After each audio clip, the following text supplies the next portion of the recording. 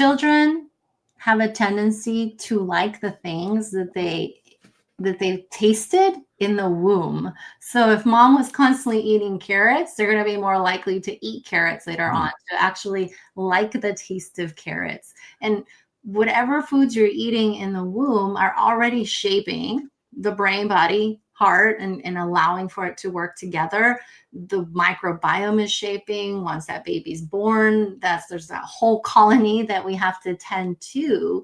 And when we don't provide, especially the microbiome, with the foods and the nutrition that it needs to thrive, then we don't have the chemicals that we need to feel well, to feel more positive, to feel more relaxed, to feel more excited. Those are all amino acids that typically are built in the gut, but those microbes need the right ingredients in order to be able to produce them. So that alone, I mean, I could talk about a million topics, but that's one that comes to mind, is being able to provide the body with the tools it needs to give us what we need, because we're supposed to be living symbiotically with our microbes. They tell us, all right, you give us a peaceful environment to live, and we'll give you all these other things that are going to help you have a better life. But then when we don't give them what they need, one thing that happens, for example, when we eat foods that are not ideal for our body, processed foods, our kiddos are eating a lot of processed foods, chicken nuggets and pizza, pasta, a lot of carby foods. What happens is that we are feeding the pathogens in our gut. And when we feed those pathogens, the good bacteria start to die off.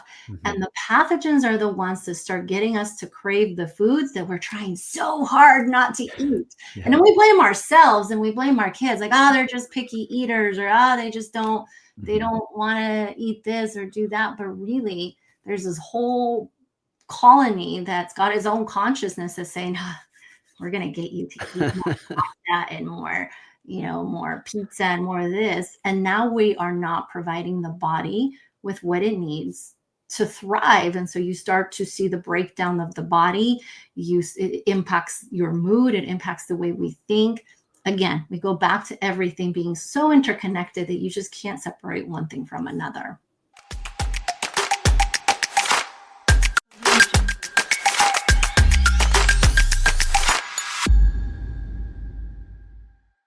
Hello all and welcome to Truehope Cast, the official podcast of Truehope Canada. I am Simon Brazier, your host. At Truehope Cast, we dive deep into the many psychological and physiological aspects of mental health, bringing you knowledge, motivation and real solutions in a world that is both beautiful and wild. Today we're exploring one of the most important journeys that any of us will ever take: parenting in the earliest, most formative years of life. Our episode is titled Parenting with Presence, Cultivating Trust, Joy and Security. Joining us is Dr. Karen Molano, a bilingual psychologist and early childhood specialist with over 20 years of experience guiding families through pregnancy and the first 5 years of a child's life.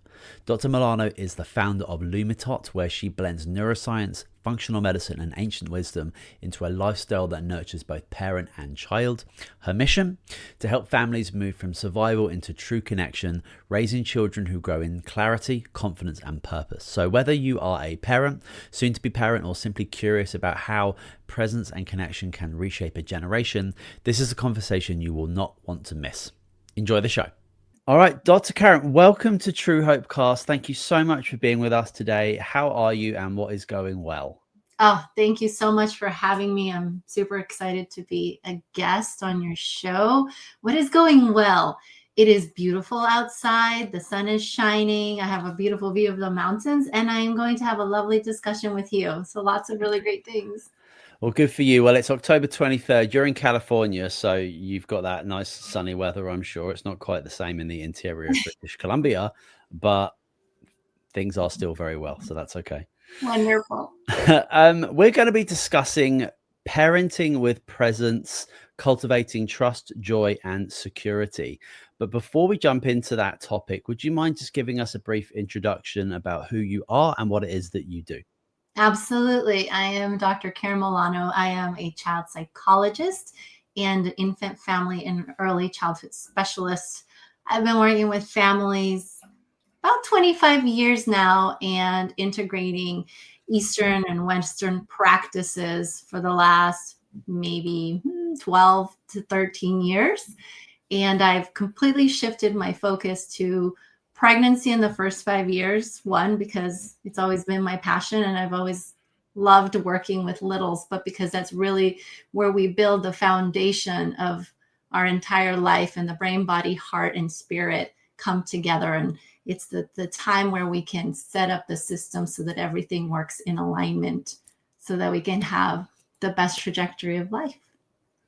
Beautiful. And so tell me about this. So when you started learning and introducing about East and Western practices and philosophies, tell me about that transition, because that's not a normal child psychology transition.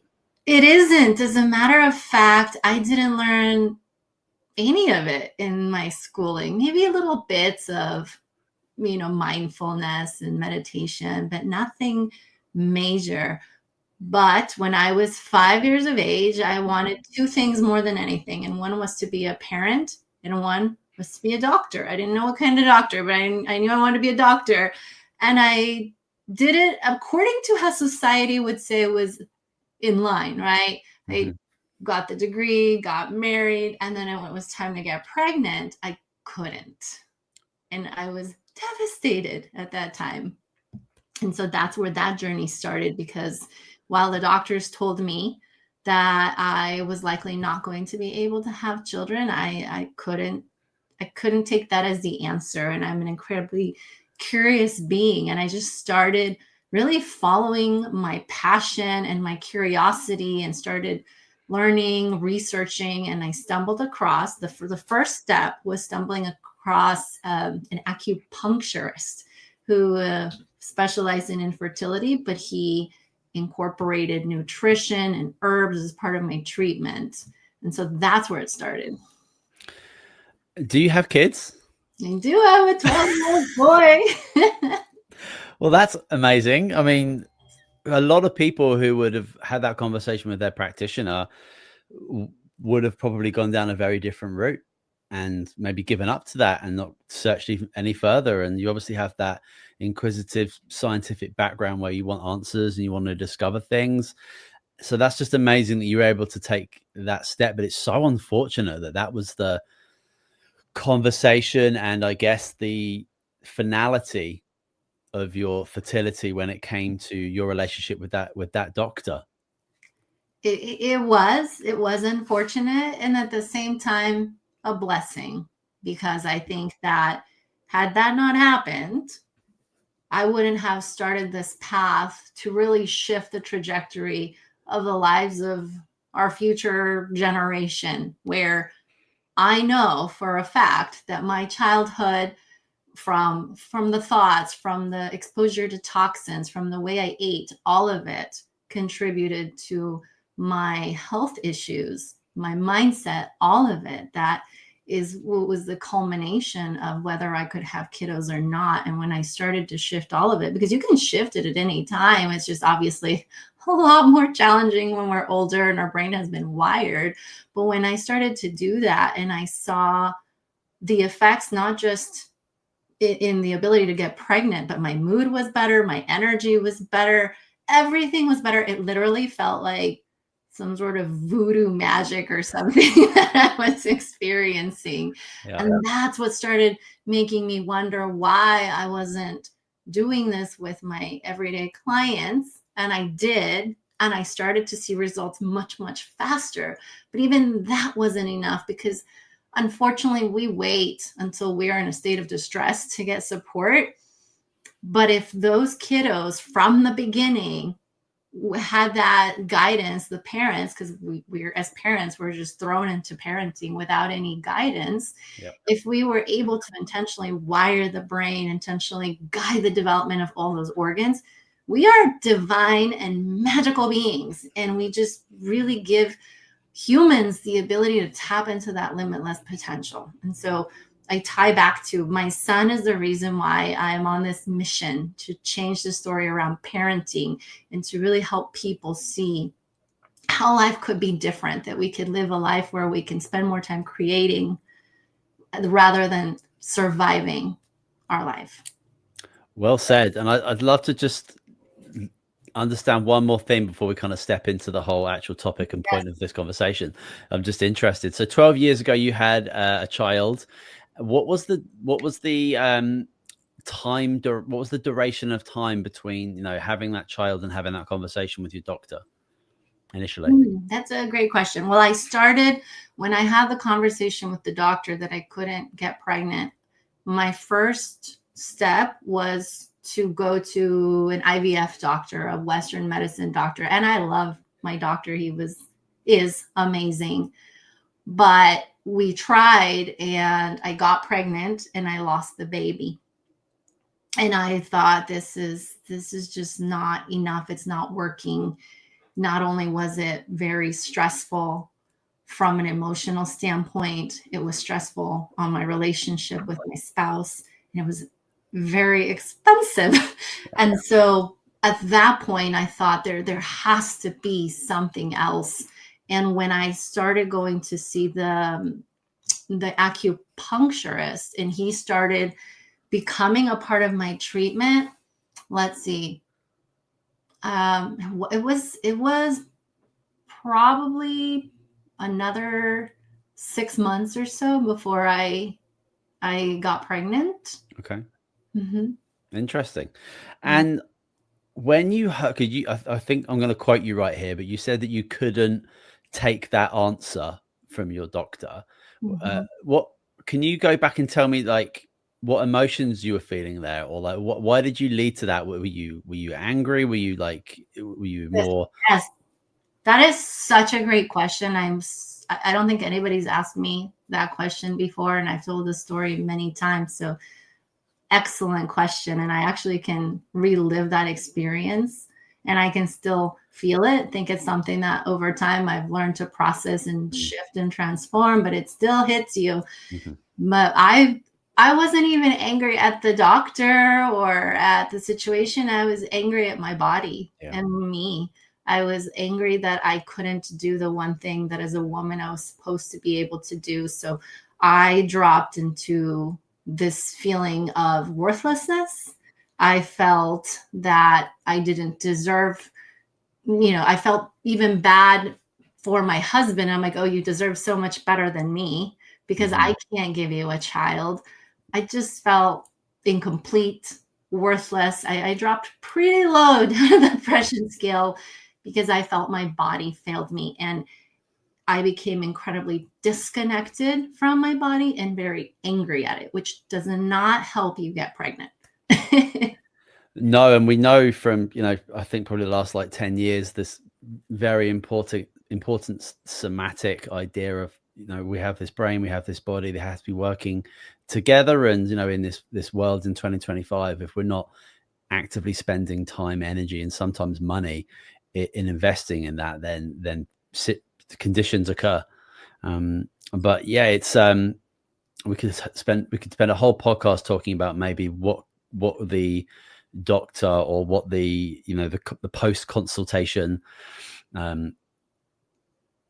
therapy could have been in that situation that you had there, because I'm sure that every single day across the world people are having those conversations, and then they're feeling those experiences, and then they're taking that home. And what a profound energetic shift in a negative way that would be for a lot of people. And we don't really have a great system of care when it comes to people's mental health in general, let alone for serious circumstances like that. But again, that's a whole nother podcast episode. Thank you so much for sharing that story, because of course, I think that emotional state and that emotional drive that led you to where you are today is incredibly important. It's the big bang for you. It's the turning point.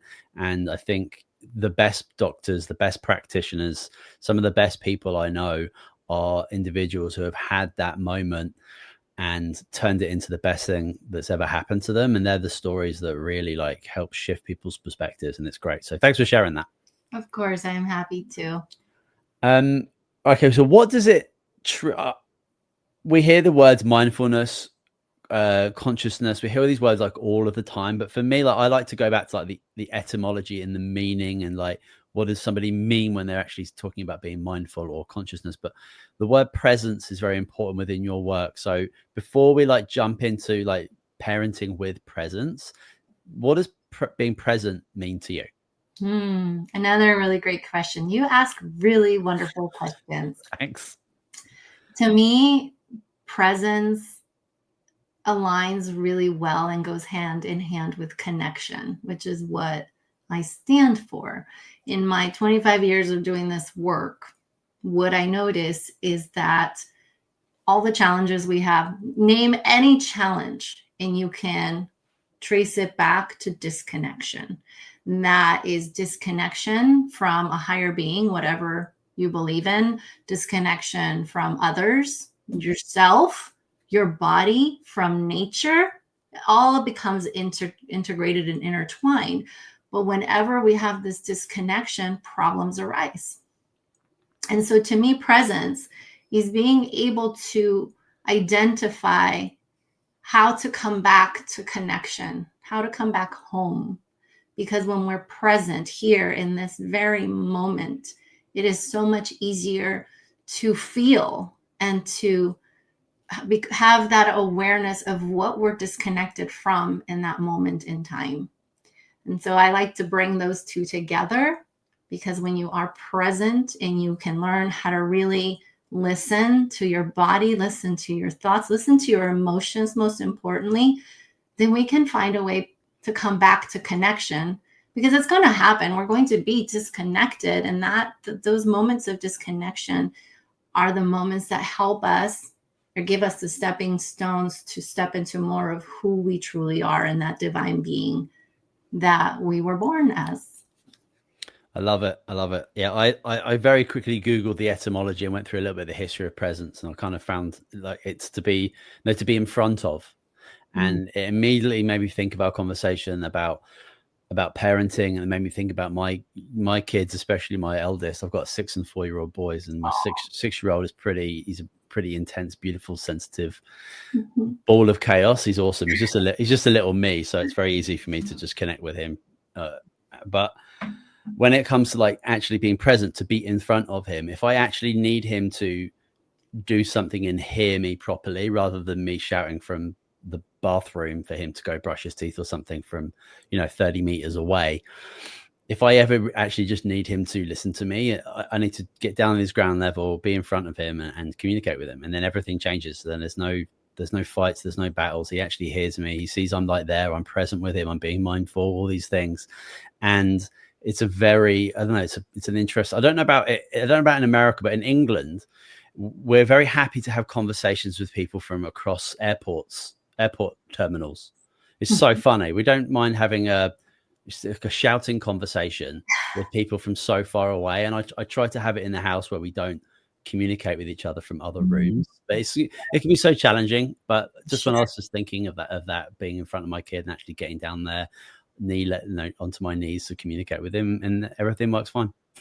And I'm going to add to that beautiful statement that being able to be present, and literally even down to where you come down to their height and level, is also being able to be present with yourself, to really tune in to where you're at and how you're feeling. Because what happens a lot of the time, especially when our kiddos are doing something that irritates us, it irritates us for a reason. There's something within us. There's a trigger within us, a belief system that's ready to come forth so that you can work through it. And so when we can take a moment to be present with our inner being and ourself and do I like to call it the inner compass check.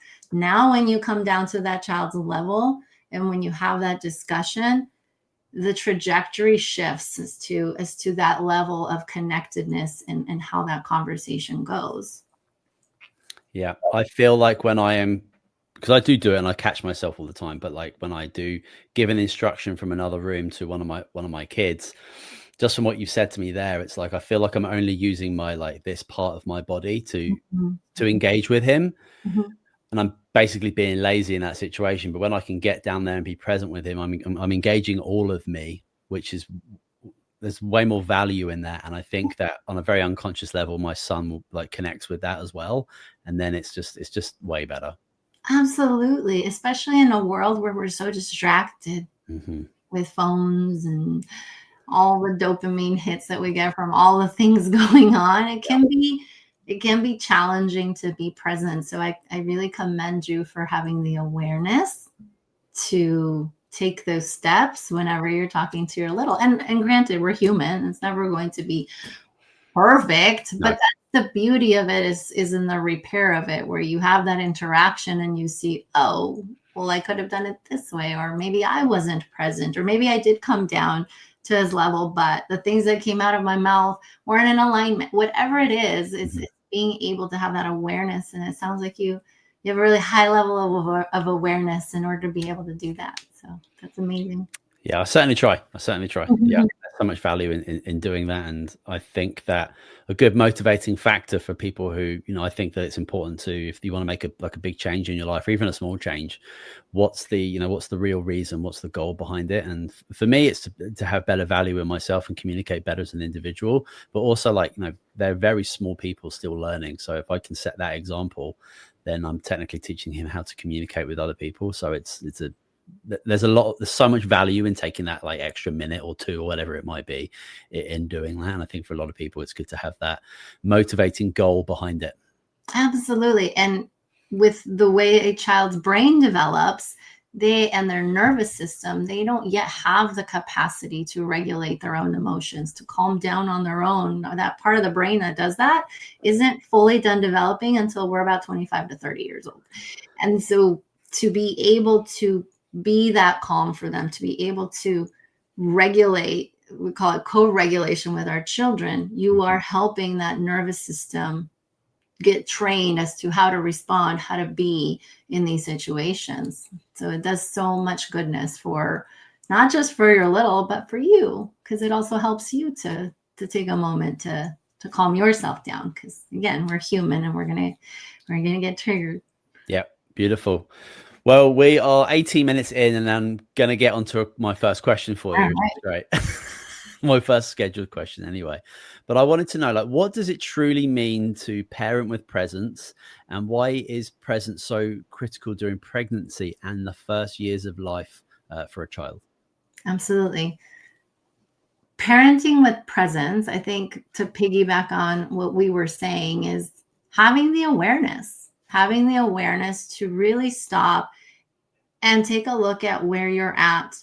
How are you feeling? How are you doing? What are the belief systems that you have around parenting, raising kiddos? Because when we do that, we're going to find that there are a lot of belief systems that we've inherited over, many generations that make it challenging to parent, that make it difficult to connect. And so to be able to really step back and remember that it's not about the child, it's about the relationship. So I don't like to, when I work with families, I don't ever say, oh, this is the child or it's the parent. No, it's the whole unit and what that looks like, and the back and forth between the family. That to me is learning to be present, to take that moment to think through.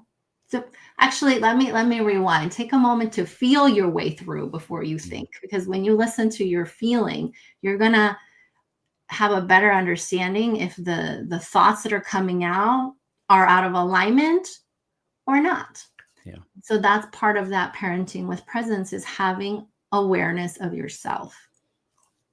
Excellent. Yeah, that's wonderful. Yeah, it's parenting, as you mentioned at the beginning of this show, there are certainly parenting books, but there is nothing teaches you to deal with parenting properly. It's just this rite of passage that people go through that is a wild, incredible, wonderful journey. And there are some really great people like yourself that can help equip you, I think, in how you actually, how do you want to develop these relationships. And I feel like it's very important that you work on, you obviously work on yourself, but then I've got my relationship with my one child and the other child, and then there's the three of us, and then there's my wife chucked in there as well. And then I've got to remember I'm married as well. I've got to develop my marriage as well as being a parent. And that can also be super challenging when it's your parents 24/7, and it can be really challenging to carve time out to be married. And Interestingly enough, like I went away for our anniversary like not so long ago, and my kids don't. Well, my eldest kid doesn't really like us going away for like a night. Like he picks up a big stink with it. But then I sat down and said to him that, you know what, you've got friends whose parents are no longer together. And probably a big reason that happened is because they didn't spend enough time together and they didn't communicate. It's not always the case, but they weren't able to actually be man and wife together. And it's really important that we're able to take that time to do that so we can be better parents and be better individuals in the home. When I explained it to him like that, he was like, yeah, you two should go away, because basically he doesn't want his parents to split up. Right, right. And it is such an important foundation that so many of us as parents ignore. I hear that story often from my clients, from family, from friends, like, no, no, no, no, we got to do everything with the kids. But you two are the foundation of that family. And to be able to step away from a child, it's more about how you approach it, like you said, and how you help that child manage those emotions, because there are going to be emotions. They're going to feel sad, scared, angry. Yeah. But if we can allow for those emotions to come through in a safe space so they can process it, it's also helping them learn that regulation, how to deal with adversity in a way that is positive. So taking something that in that moment felt not so great and turning it into oh, I see. Yeah. And you can do that at any age, actually, even when they're babies. It'd be hard to believe, but even the conversations that you have with them, you're emitting energy, and those babies are feeling your energy. They're feeling how you're coming across. And to be able to start that process of being present starts, I think you asked me this earlier, and you asked me something else, starts in the womb. Because you can be present while you're in the womb. We kind of just keep going through our day, but that little brain's developing, the organs are developing, and a mother's state of being and the environment around her, not just from a emotional standpoint, but even the food you're eating, the toxins you're exposed to, all of it is influencing the development of that little human that's growing inside you. And to be able to take moments to be present, to connect with your child. I actually like to teach expecting parents how to connect, even if they're expecting, so that you can already start deepening that relationship. And when that baby is born, is going to make that parenting process so much easier, because we are trained to believe that parenting is hard, and it is what it is, but it doesn't have to be. It's just that we've never really been given a roadmap. It's the one job we never trained for. We train for everything except for parenting. And there's so much you can do right from the beginning to learn how to be present. And you're also practicing it, because I don't know how it is for you as a parent, but when you become a parent, you have to do things sometimes that feel a little unnatural. You're like, okay, I got to talk to a baby, or, communicate with a toddler who barely understands me. Like, I notice it a lot on phone calls where they're, a parent and a child are FaceTime, and they're like, hi, how are you? And you don't even know what to say or even how to play with them. I notice it happens a lot in play. And so there's so much that you can do even while you're expecting, so that when the time your baby comes, you've already practiced so much that it becomes second nature for you to be able to connect on a different level. I love it. Yeah. I mean, it's all energy. It's all frequency at the end of the day, right? So whether it's sound, whether it's speech, whether it's light, whether it's, food has an energetic value, medicine, supplements, everything, it's got, like, whether it be negative or positive, long, short wave. So absolutely super important. And yeah, it's hilarious when you will FaceTime, or my wife will FaceTime with her best friend's baby.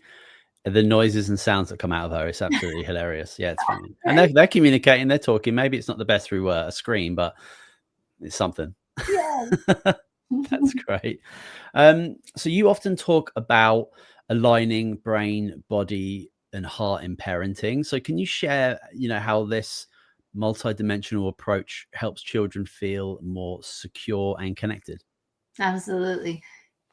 Everything is connected. The brain, body, heart, and spirit are meant to work together. When they're able to do that, we are able to tap into that limitless potential. We can do really, truly magical things that I don't think as humans we've even had the capacity to experience quite yet, because we haven't cracked the code on how to truly tap into that. I feel like some people have, and they make movies of them, but every single human has the potential to be extraordinary. To me, the extraordinary is really should be the ordinary of what all of us are able to do. But typically, the way we've been raised, the way society is, we have a tendency to disconnect things. So I'll use it as an example. If you go to the doctor, and obviously we're always doing the best we can with what we have, but if you have a pain here on your elbow, they're going to look at your elbow. We're going to x-ray the elbow, nothing else. But we're not looking at what could have happened to even lead to the elbow pain, right? Because it becomes a combination of your thoughts release chemicals that put your body in a state of misalignment, and it starts to cause disease. The environment that you're surrounding is going to impact not just your emotional well-being, but your overall health. The people you're with and how you interact with them, the way you talk to yourself. There are so many different things that influence our everyday life, our gut and how our gut is reacting, because most of it, we're mainly microbiota, where there's not a whole lot of human in us. Right. And we don't think about all of these different components that are meant to work together. But when we don't see the big picture of how connected everything is, each thing starts to work separate from each other. And the brain signals that are going through, the way the gut's communicating with the brain with the heart, there starts to be a mismatch, or say an error in communication. So that's what starts to cause a lot of the challenges, issues with health, belief systems, all of that, when those organs and all of those parts of us are not functioning together. And so it becomes crucial in parenting, because if a child's having, I'll give you an example of a meltdown. If a child's having a meltdown, we focus so much on the emotional piece of it. Oh, child's falling apart. Like, it's frustrating or angry, but we don't even know. I wonder what that child's nutrition looks like, or what is that child eating? Is the child eating things that supports the body to release the chemical like GABA that is going to help the body relax when there is a meltdown? Are there other components that are influencing that child's behavior? And so all of these pieces can make everything so much easier and so much more aligned to where we are spending more time connecting, creating, versus battling with the everyday challenges of parenting when we don't see the big picture of how everything comes together. Yeah, it makes you think of school and the foundations of learning, and the space and time that children spend, at their school, which obviously has a lot of value, but the amount of education that could be put in towards even just like the importance of your microbiome, and that, you are like almost 10 times more genetically foreign organism than you are human organism. Like, these are like simple things that give you a completely different perspective on what your body is and how you can treat it.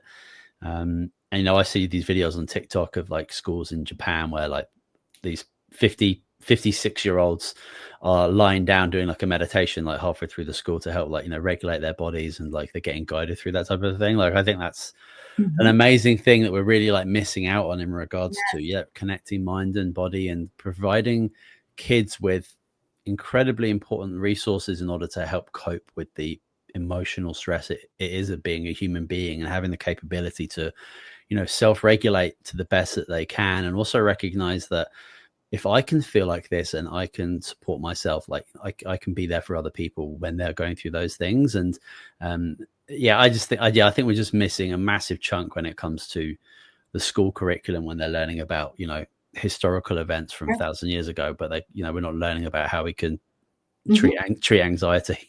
Yes, well, I think about it. If you go on a hike and it's going to be an 8-hour hike, and you just go wearing flip-flops, and it's going to rain, you don't have the gear, and you have to climb a mountain, but you didn't bring anything to even get up the mountain. It's going to be a really challenging hike. Mm-hmm. But if you know, like, okay, well, I've got food, I've got water, I've got the right clothing, I have my compass, whatever it is, all of these different tools, now that hike is going to become really enjoyable. And you're going to have, it's the same hike, but you're equipped completely different to be able to go through it. And that is what the body does. And the brain, body, heart, spirit is intended to allow us to do what often seems to be impossible. Yeah. But so early on, we forget who we are. We forget those capabilities. We grow in fears and doubts. And then that disconnection gets, further and further apart. And again, it's not just from ourselves, but from others, from nature. We're not connecting to nature enough anymore. We're not stepping outside and, playing in the dirt, doing all the things that are going to help your microbiome. They're going to help your mood. They're going to help all of it. And everything is so beautifully interconnected. And if we could start to see the big picture, what I do notice is that when you can realign to yourself and connect to that higher being, everything else starts to fall into place, right? So you don't have to focus on as many things, because if I don't know, let's say I want to lose weight and I'm inspired to go for a walk, and I listen to that inspiration and I go walking, and that walk, I'm like, now I feel like jogging and I'm excited to jog, and I jog. This is just our body working, body, heart, brain, spirit, doing what it needs to do to get us to where we need to get to. And if we follow it, the next thing I notice is now I'm craving a salad. I'm not even craving fries or a burger. It just starts to naturally happen that all of those other dimensions of health just kind of start to line up on their own when we even just can start to focus on one thing and allow the other pieces to fall into place. Yeah, fabulously said. Yeah, I think we have this monstrous deficiency in spirituality, like all across the board in our culture. And I said this a lot of times on the show, that it'd be a lot easier to live in awe of this planet when you looked up at the stars and there was 1 trillion stars there, right? Like we have this light pollution problem where we are very rarely in awe of our surroundings, because we live in these like concrete jungles where it's stressful to look around rather than to, be covered with mountains, nature, snow, and like all of these incredible things that we have around us. And yeah, people have this big deficiency towards it. I think a lot of people, especially like in my community, I see a lot more younger people stepping into church to find a community, to find a spiritual element, to be connected to something bigger than themselves, or even to just be connected to their own community, because that can also be a challenge these days, is to find people who just want to be part of their neighborhood and talk and share and be together and provide. And that's I feel there's a little bit of a resurgence going on there. Like I think maybe in maybe smaller cities that I live in, for sure.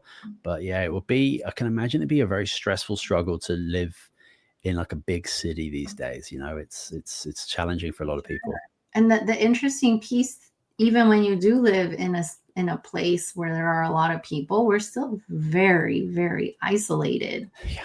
And then the other piece that I notice is not just with other people, but with myself, that wherever our frequency is, we gravitate to certain people that sometimes are not the best for our soul. And this goes back to parenting. Who are we surrounding our children with? Like, who are those people that are in our lives? Are they adding value? Are they uplifting each other? Are they supporting each other? And unfortunately, we are in a time where there's just a lot of negativity. There's a lot of sadness and anger, and the discussions become about that. And there's not as much space to talk about what is working, what is great. And that is one of the reasons I loved that you started this podcast with what is going well, because we just don't ask that so much anymore. I feel like when you ask people how they're doing, just because we're human, this is how our brains are wired. We have a tendency to go straight to what is not working. is one of the things that we can do when our children are really, really young is that we can help wire the brain so that they can start to see what is working. Oh, or when something doesn't go well and it's not ideal, that's not the end of the world. Great. It's data. It's an opportunity to shift, to pivot, to do something different.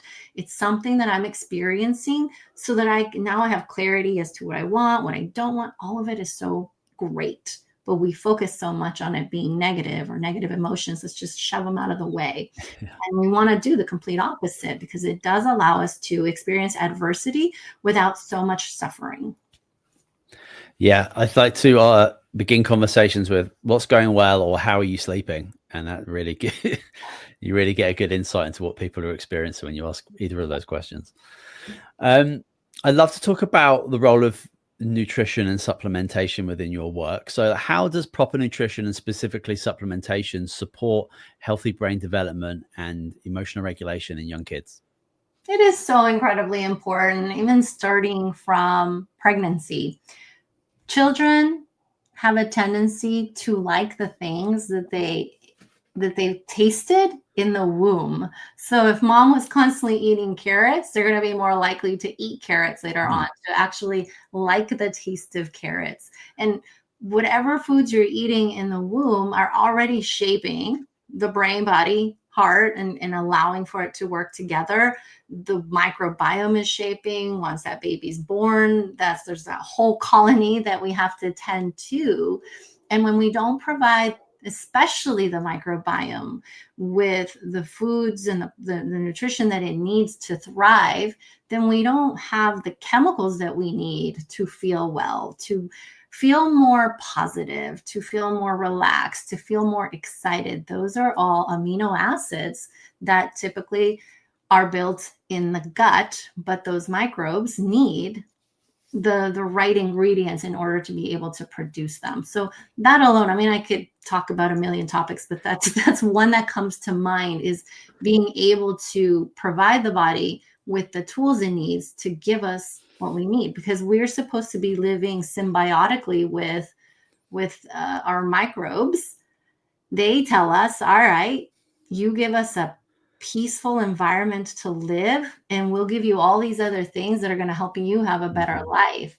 But then when we don't give them what they need, one thing that happens, for example, when we eat foods that are not ideal for our body, processed foods, our kiddos are eating a lot of processed foods, chicken nuggets and pizza, pasta, a lot of carby foods. What happens is that we are feeding the pathogens in our gut. And when we feed those pathogens, the good bacteria start to die off. Mm-hmm. And the pathogens are the ones that start getting us to crave the foods that we're trying so hard not to eat. Yeah. And then we blame ourselves and we blame our kids, like, oh, they're just picky eaters, or they just don't, mm-hmm. they don't want to eat this or do that. But really, there's this whole colony that's got its own consciousness that's saying, we're going to get you to eat more that and more, more pizza and more of this. And now we are not providing the body with what it needs to thrive. And so you start to see the breakdown of the body. It impacts your mood. It impacts the way we think. Again, we go back to everything being so interconnected that you just can't separate one thing from another. Yeah, I mean, there's a constant war going on, obviously, like when it comes to the microbiome in your gut, and we have microbiota all over the place, and they're in very specific species and very specific numbers in, let's say, a balanced, healthy person. But yeah, there's only so much space in that gut, and they will want to make you eat certain foods so they can grow in their numbers, and it's very important. Like, diversity is obviously a hugely important part of a diet, especially when it comes to like fruit and vegetables. But yeah, that whole microbiome piece is super fascinating. And, I practice as a nutritionist for a long period of time. Mm-hmm. And the amount of, I work primarily with like men in their 30s that could no longer get away with their nutritional habits and not have it, basically hit their belly and make them feel depressed, anxious, and like with brain fog. As soon as I fix their microbiome, which is like happens fast, if you're committed, it's so ridiculously quick how quickly that happens, because your body can do everything way better than you can once you provide it the right environment and ingredients. And as soon as their gut fixes up, their brain fog lifts, their depression lifts, they've got way more energy, bowel movements are back to normal, and things are all good. But it's remarkable how quickly those types of things can change once you give the body what it needs. Right. And for littles, if you think about what parents struggle with the most, sleep, meltdowns, they're, having big emotions, all of that is directly correlated as well to what they're being exposed to in terms of toxins, the food we're eating. And over time, if from the womb we're eating certain foods, that starts that load of heavy metals, of viruses and bacteria, and they just start to pile up. I always think of it like some sort of what are they called, where all the trash goes? I can't think of the name of a dump. Yeah. Just every time, like, all right, every Wednesday it's trash day, and they take all the trash and it starts to pile and pile and pile and pile.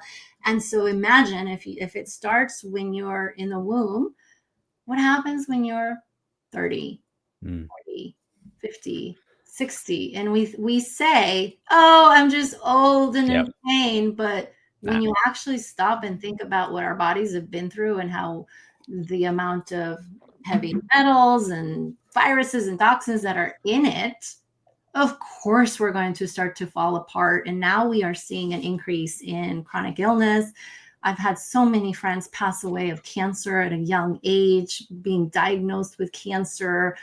Me and my infertility's gone up significantly. Obesity, diabetes, Alzheimer's, all of that is the load of years and years of not just what you're eating, but the toxins, the way you think, the way you process information. All of it is so connected. So imagine if we shifted that literally from the moment of conception, how different our lives could look like internally and externally. That's right. Yeah. Here at Truehope, so we have 6 products throughout our collection. Our primary product is called Empower Plus. It's a broad spectrum micronutrient. It's 37 ingredients that are incredibly bioavailable and very much balanced. And our whole goal at Truehope is to provide people's bodies the nutrition it requires to do all the things that it needs to be doing, to creating the hormones necessary for all of those incredibly complex things, as well as neurotransmitters for brain health. And we find that when people start taking our products, and we have a very unique way in which we micronize our minerals. We break them down for 4 days. The industry standard is 4 hours. So the particle size is so small. So you could have poor digestive capability. You're still going to be able to absorb the nutrition within this product. And it's actually got 35 peer-reviewed medical journals proving its efficacy for like conditions such as anxiety, depression, bipolar, schizophrenia. It's a really remarkable product. But all we're doing is providing the body with the nutrition that it absolutely craves and requires and needs. And when you throw like the stressful environment of today with poor soil, poor eating habits, bad sleep, bad microbiome health, it's all, your body's always just in this state of lack. And it's actually quite remarkable how some people can go 10, 20, 30 years before their body basically cracks. And then, you have symptomology, which gets labeled as a disease. And then you kind of take this one thing for it, which never cures it. So it's so important that at a foundational level, it's actually just a really simple beginning is to just get your body fueled up with the things that it needs to make you feel better and do all the processes and kind of get out of its way. And then that's really the beginning stages of, being able to think about cooking a good meal or going for a hike or like being with your community, whatever that might be for you. That's just the foundational pieces. You've got to start at the basics. And if you're not giving your body what it needs on a consistent basis, then you're always going to struggle. You're always going to have sleep issues and feel anxious and depressed. Like it's not super complicated. And sometimes it's such a quick little shift of maybe there's a mineral deficiency or vitamin D or zinc or B12 or something that can make such a difference. I definitely see a lot of success when I've had clients on amino acids and on supplements that are going to support whatever they're experiencing. It can be so quick within 20 minutes. Like, oh my goodness, what is this? It really is pretty magical. And as you said, we can't escape everything that's out there. And be able to remove all of the things that are even when you go organic and whatnot, there's still sprays that fly through the air and fall on our food. But if we can consistently detoxify the body, then at least we're giving it a better chance. Like, for example, with my son, I like to give him a detoxifying smoothie on a regular basis, so that becomes part of his everyday. Like, it's great, it's smoothies, it's got dragon fruit and wild blueberries, and all of that's helping to release the body of some of those heavy metals and toxins that are in there. So at least we're cleaning it out as opposed to things piling up, because that's the other piece. Like these supplements that you talk about, amazing. But how much better are they going to work if we do all these other things to allow for the body to even absorb them better? And again, all together, when you implement these different pieces, it just becomes so much easier to have a better life. Yeah, nailed it. And we only carry 6 products right now, and we only really produce products that combine with our main micronutrient formula. And if there's a gap in the market where nobody's really filling that properly, or there are products on the shelves that aren't doing the job properly, that's kind of like where we'll fill that gap. Like we have a product called Framinos, which is a 23 free-form amino acids for those individuals that struggle to make the neurotransmitters for sleep, for example. And when you provide those building blocks that you mentioned, the importance of amino acids, then again, you are just you're giving us you're supplementing your nutritional requirement, which for everyone these days is so vitally important.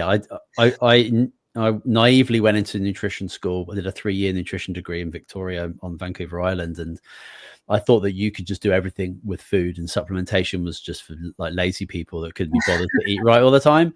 And super quickly that I changed my mind on that when I learned about agriculture and food and the biodiversity of just human beings in general. We all might kind of look the same, but our genetic requirements for certain nutrients can be unbelievably vast, even to the specific mineral, the specific vitamin.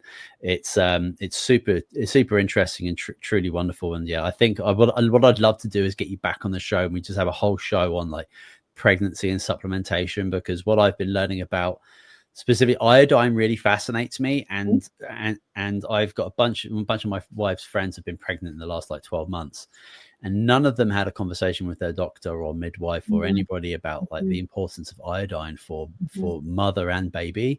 And it's such a uniquely remarkable mineral that we're pretty much deficient in, but it's a pretty cheap product that you can have on hand to consume, and especially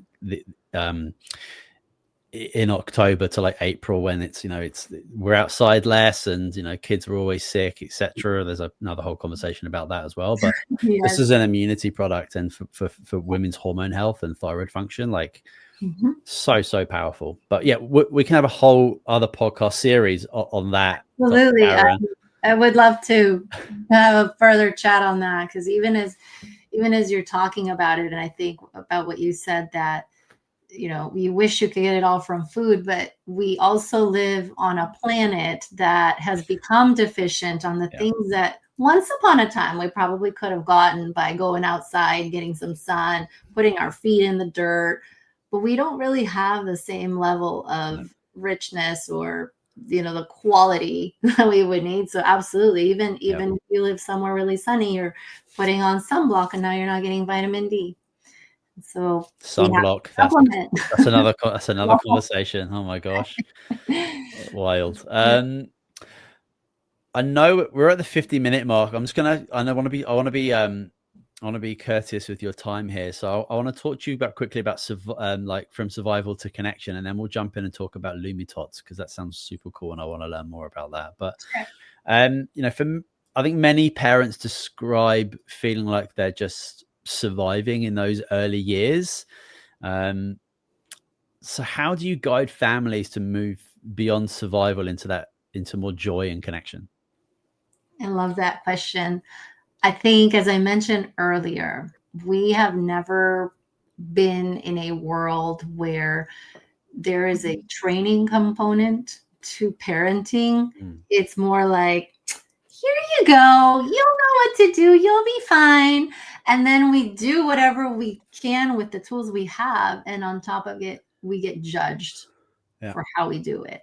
And so if at the end of the day, if I'm going to an attorney to get a surgery, to a medical doctor, even someone to go do my taxes, I would hope that professional actually learned properly how to do that. I would hope that a surgeon didn't ask another surgeon, like, hey, can you tell me how to do surgery?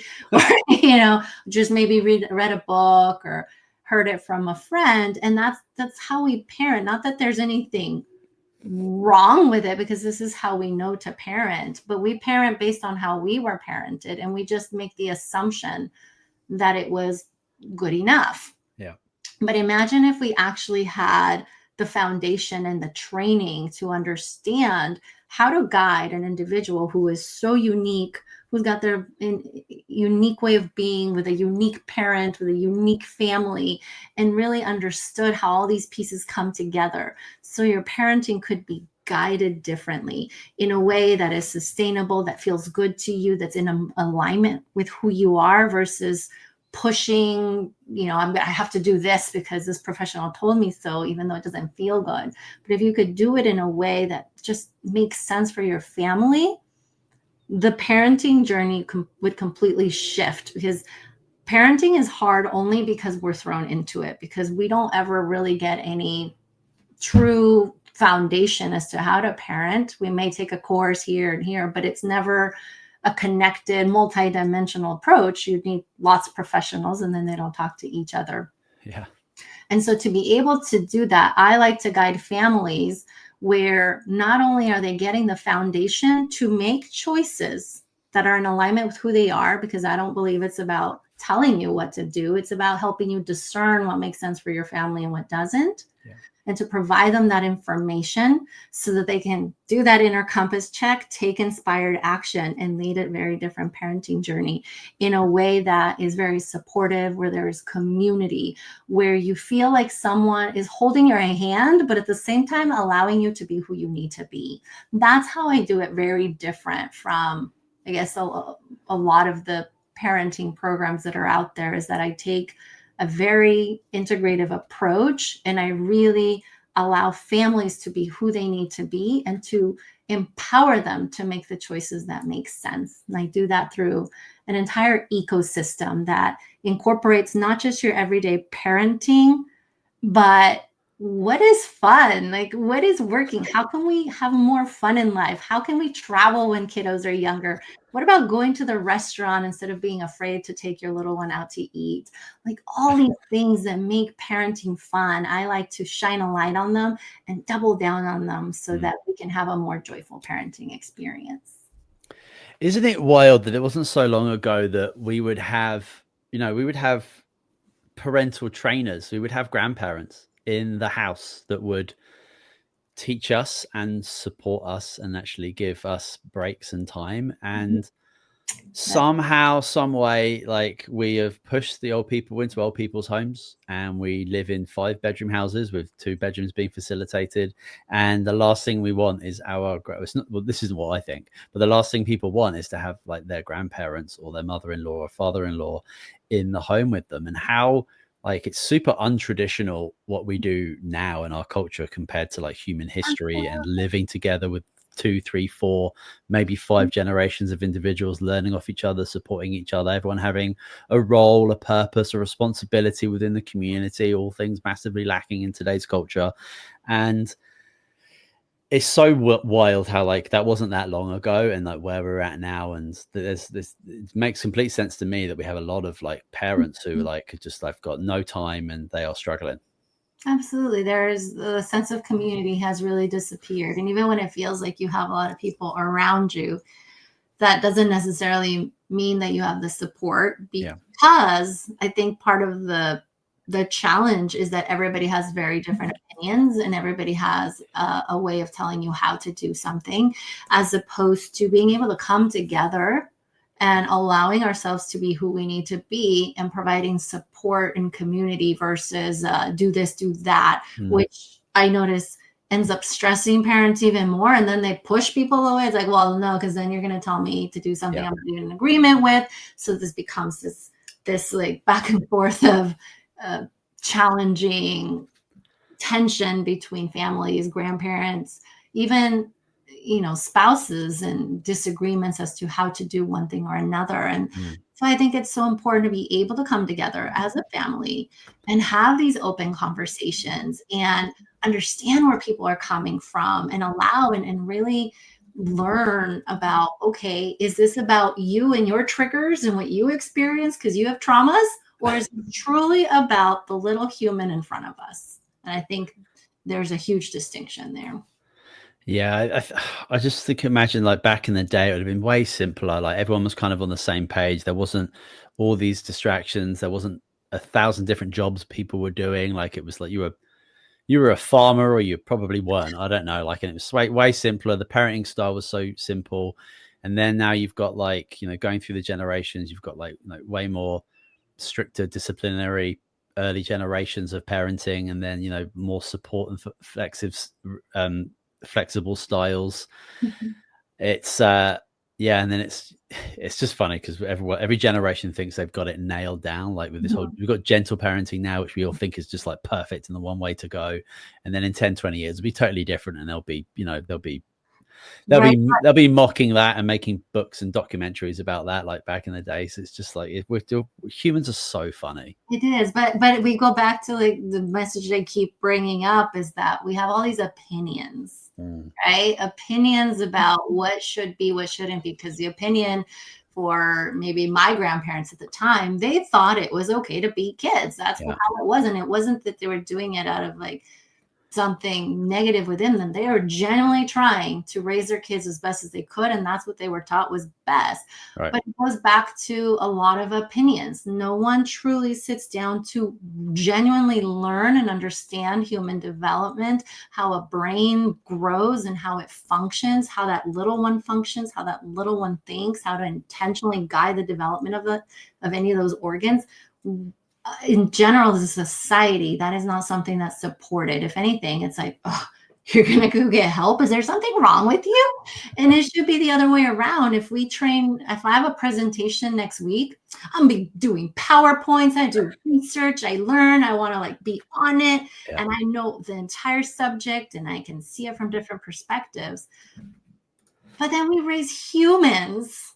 And then we wonder why we grow up the way we do, because the idea is like, oh yeah, well, those around me are going to support me. And that is beautiful. But none of us have really taken the time to understand and learn how to do it in a way that is going to truly allow the brain, body, heart, spirit to thrive as it is meant to. And I do agree with you that, you know, maybe there was a time where it was a little bit simpler, you know, where, you know, even when we cooked at home more often, we went outside more often. I'm sure there were other issues and struggles back then, but sure. I think if we could take the time to truly learn and understand and treat it as another, I don't know, career, job, whatever you want to call it, not the word job, but to really truly learn as opposed to see it as something negative, it would definitely be a lot easier.